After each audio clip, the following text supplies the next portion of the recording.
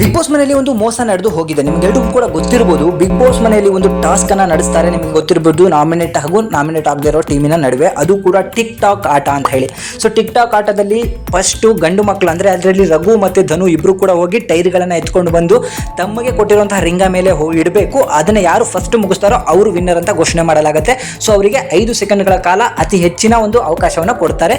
ಅದರಲ್ಲಿ ಧನು ಅವರು ಗೆಲ್ತಾರೆ, ರಘು ಅವರು ಸೋಲ್ತಾರೆ. ಇದಾದ ಮೇಲೆ ಬರುವಂತದ್ದು ಧನು ಅವರ ಟೀಮಿಂದ ಸ್ಪಂದನ, ಕಾವ್ಯ. ರಘು ಅವರ ಟೀಮಿಂದ ಬರೋದು ಅಶ್ವಿನಿ ಮತ್ತೆ ಜಾಹ್ನವಿ ಅವರು.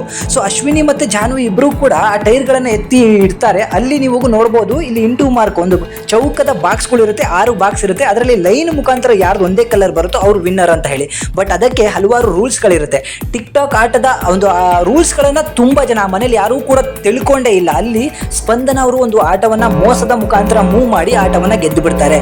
ಬಟ್ ಅಲ್ಲಿ ಯಾರು ಅದನ್ನ ಅಬ್ಸರ್ವ್ ಮಾಡೋದಿಲ್ಲ. ಅದರಲ್ಲೂ ಮಾಡುವಂತೂ ತನ್ನ ಒಂದು ಕ್ಯಾಪ್ಟನ್ಶಿಪ್ ಅಲ್ಲಿ ಉಸ್ತುವಾರಿ ವಹಿಸಿದ್ರಲ್ಲಿ ಸಂಪೂರ್ಣ ವಿಫಲ ಆಗೋಗ್ತಾರೆ.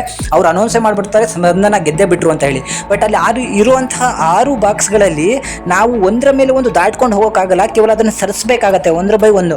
ಆದರೆ ಫಸ್ಟಿಗೆ ಬಂದಂತಹ ಸ್ಪಂದನ ಅವರು ಅವರ ಒಂದು ಲೈನಲ್ಲಿ ಬೇರೆ ಬೇರೆ ಕಲರ್ ಇರ್ತದೆ. ಬಟ್ ಅವ್ರು ಎತ್ಕೊಂಡು ಹೋಗಿ ಬೇರೆ ಮೂಲೆಯಿಂದ ಎತ್ತಿ ಬೇರೆ ಕಡೆ ಇಡುವಂತಹ ಪ್ರಯತ್ನವನ್ನು ಮಾಡಿ ಆ ಆಟವನ್ನು ಗೆದ್ದು ಬಿಡ್ತಾರೆ. ಬಟ್ ಅಲ್ಲಿ ಯಾರು ಕೂಡ ಅಬ್ಸರ್ವ್ ಮಾಡೋದಿಲ್ಲ. ನೆಕ್ಸ್ಟ್ ಓಡಿ ಬಂದಂತಹ ಅಶ್ವಿನಿ ಅವ್ರು ಹೇಳ್ತಾರೆ ಹಿಂಗೆ ತಳ್ಳಿ ಇಟ್ಕೋಬೇಕು ಅಂತ ಹೇಳಿ. ಬಟ್ 2ನೇ ಟೈಮಲ್ಲಿ ಅಶ್ವಿನಿ ಅವರು ಇಟ್ಟಿದ್ದು ಸರಿಯಾಗಿತ್ತು. ಅವ್ರದ್ದು 3 ಲೈನು ಕೂಡ ಸ್ಪಷ್ಟವಾಗಿ ಕಾಣಿಸುತ್ತೆ. ಬಟ್ ಸ್ಪಂದನ ಇಟ್ಟಿದ್ದು ಈ ರೂಲ್ಸ್ ನ ಬ್ರೇಕ್ ಮಾಡಿ ಇಟ್ಟು ಮೋಸ ಮಾಡಿ ಗೆದ್ದಿರುವಂತಹ ಆಟ. ಸೊ ಇದರ ಬಗ್ಗೆ ಚರ್ಚೆ ಆಗಬೇಕು. ಇದು ಎಲ್ಲ ಒಂದು ಕಡೆ ಕ್ಯಾಪ್ಟನ್ಶಿಪ್ ಆಟಕ್ಕೆ ಬೇರೆಯದೇ ಒಂದು ರೂಪವನ್ನು ತಂದು ಕೊಟ್ಬಿಡ್ತು ಇದರ ರಿಸಲ್ಟ್. ಯಾಕಂದ್ರೆ ಅವ್ರು ಯಾರೂ ಕೂಡ ಅರ್ಥ ಮಾಡ್ಕೊಂಡೇ ಇದ್ದಾಗ ಈ ಆಟ ಹೀಗೆ ಆಡಬೇಕು ಅಂತ ಹೇಳಿ ಬಿಗ್ ಬಾಸ್ ಅವರು ಏನೂ ಕೂಡ ಮಾಡೋಕ್ಕಾಗೋದಿಲ್ಲ. ಯಾಕಂದ್ರೆ ಉಸ್ತುವಾರಿಯ ಒಂದು ಡಿಸಿಷನ್ ಫೈನಲ್ ಆಗಿರೋದ್ರಿಂದ ಅವರಿಗಂತೂ ಆ ಆಟನೇ ಅರ್ಥ ಆಗಿರಲಿಲ್ಲ. ಬಿಗ್ ಬಾಸ್ ಮನೆಯಲ್ಲಿ ತುಂಬಾ ಜನ ಅದಕ್ಕೆ ಧ್ವನಿ ಎತ್ತಕ್ಕೆ ಬಂದ್ರು ಅದನ್ನ ನಿಧಾನ ತುಳಿದು ಹಾಕ್ಬಿಡ್ತಾರೆ ನಮ್ಮ ಧನು ಮತ್ತೆ ಅಭಿಷೇಕ್ ಅವರು. ಸೊ ಇದರ ಬಗ್ಗೆ ತುಂಬಾ ಜನ ಈಗಾಗಲೇ ಸೋಷಿಯಲ್ ಮೀಡಿಯಾಗಳಲ್ಲಿ ಮಾತುಗಳನ್ನು ಆಡ್ತಿದ್ದಾರೆ. ಇದು ಈ ತರ ಅಲ್ಲ, ಇದು ರೂಲ್ಸ್, ಮೋಸ ಮಾಡ್ಬಿಟ್ಟು ಆಡಿರೋದು, ಮೋಸ ಮಾಡ್ಬಿಟ್ಟು ಗೆದ್ದಿರೋದು. ಸ್ಪಂದನ ಮತ್ತೆ ಕಾವ್ಯ ಗೆದ್ದಿರೋದು ಒಂದೇ ಒಂದು ಆಟ, ಅದು ಕೂಡ ಟಿಕ್ ಟಾಕ್ ಆಟ. ಸೊ ಅದು ಕೂಡ ಮೋಸ ಮಾಡಿ ಗೆದ್ದು ಬಿಟ್ಟಿದ್ದಾರೆ.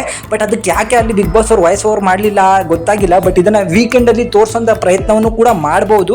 ಬಟ್ ಅಲ್ಲೇನಾದ್ರೂ ತೋರಿಸಿದ್ರೆ ಈ ಒಂದು ರಿಸಲ್ಟ್ ಮೇಲೆ ಕ್ಯಾಪ್ಟನ್ ಆಗಿರೋರು ನಿಂತಿದ್ದಾರೆ. ಬಟ್ ಈ ಕ್ಯಾಪ್ಟನ್ಶಿಪ್ ಎಲ್ಲೋ ಒಂದ್ ಕಡೆ ನಾಶವಾಗಬಹುದು ಅಥವಾ ರದ್ದಾಗಿ ಬೇರೆಯವರು ಕ್ಯಾಪ್ಟನ್ ಆಗೋ ಅವಕಾಶಗಳು ಸಿಗ್ಬೋದು. ಬಟ್ ಇದನ್ನ ಯಾರು ಕೂಡ ಅಬ್ಸರ್ವ್ ಮಾಡಿಲ್ಲ. ಒಂದು ಆಟದ ರೂಲ್ಸ್ ನಿಮಗೆ ಗೊತ್ತಿಲ್ಲ ಅಂದ್ರೆ ಅದ್ರ ಬಗ್ಗೆ ಹೇಳಬೇಕಿತ್ತು ಅಂತಾನೂ ಕೂಡ ಸುದೀಪ್ ಅವರು ಕ್ಲಾಸ್ ತಗೊಳ್ಳುವಂತ ಅವಶ್ಯಕತೆ ತುಂಬಾ ಬರ್ತದೆ.